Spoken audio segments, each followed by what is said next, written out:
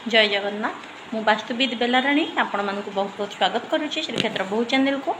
दर्शक बंधु आज मुझे कहबी अमावास्यार गोटे सुंदर छोट बहुत पावरफुल उपाय। यही उपाय जदि आपण करुछंती आपणक जीवन में टंका पैसा सुख शांति पिलामानंकर आयुष्य वृद्धि घरे विभिन्न प्रकार उन्नति एवं श्री संपत्ति वृद्धि हम। ए उपायटी बहुत सहज सुंदर सरल एवं यह द्वारा आपण को पुण्य मध्य बहुत मिल।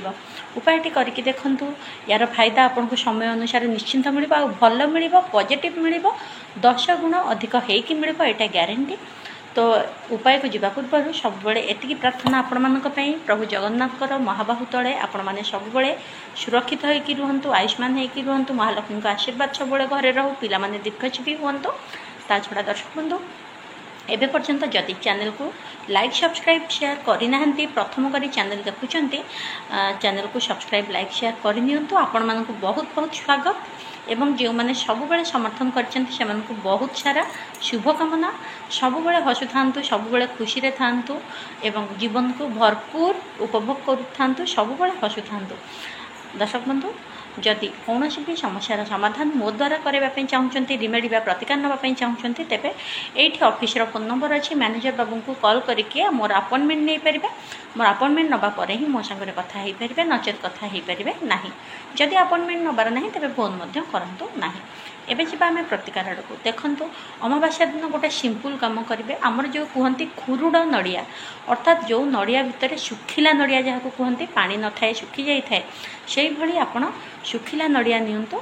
से नड़ियार आपण माने नड़िया को आप काटिकी दी फाड़ कर दिंतु मझीरू छुरी पनिकी जो थे भी सुविधा होची। गोटे कौन करेंगे ता भितर आपण कला राशि 2 चम्मच धला राशि 2 चम्मच घी गोटे 2 चम्मच ता भीतर देहरे पकांतु चीनी 2 चम्मच पकांतु। ता छड़ा आपणकर पोस्तक आम घर मानक पोस्तक बटा हुए मसला रे आपण जानिथिबे पोस्तक 2 चम्मच से पकांतु। एभली भाव में आपण ताकू पकईकी ताकू नेकी जे कोनोसी ओस्त गछ मूल सूर्यास्त पूर्वर ताकू ओस्त गछ मूल ही टिके माटी आड़ेकी पोती देकी आसतु। बेसी नुहे अल्प माटी आड़ेकी निजर मनस्कामना कहीकि निजर सुख शांति कामना करिकी घरर उन्नति कामना करिकी पिला मानकर जदि देखंतु आपण गोटे स्पेशल मानसिक करेंगे जो मोर ए इच्छा पूरण होता सेटा तो अलग कथा। किंतु जदि आपण कहे मु सब खुशी अच्छी मो परिवार सहित सब सुख शांति अच्छी बा मो पिला सहित सब उन्नति कर चली खुशी अच्छी ताहले कौन हम।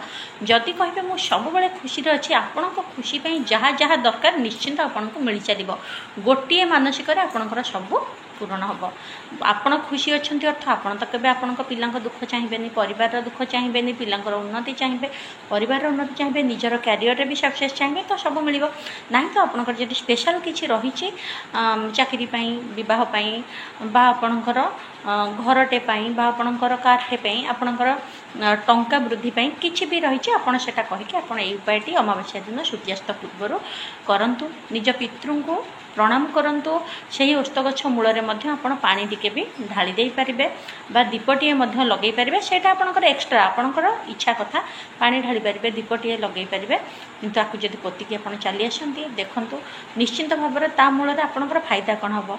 पिंपुड़ी जंदा माने तार माने पाइबे आघ्राण करेंगे ताकू बाहर कर निश्चिंत से खाइबे जेतिकी जेतिकी से खाई चलिए आपण जीवन में तांकर आशीर्वाद प्राप्ति हम सब ग्रह दशा कटिब सुख शांति समृद्धि मानसिक जहाँ कर पूरण निश्चिंत भाव में हम। इनडायरेक्टली आप बहुत किसी जीवजंतु को खाद्य जोगेबे तो आपण को बहुत कल्याण और धर्म प्राप्ति हम। उपायटी करके देखंतु आशा करुच्ची आपन को पसंद आसीथिबो। वीडियो को लाइक सब्सक्राइब शेयर निश्चिंत भाव में करंतु। देखा नेक्स्ट वीडियो रे। जय जगन्नाथ। सबुबले खुशी रे थांतु हसु थांतु।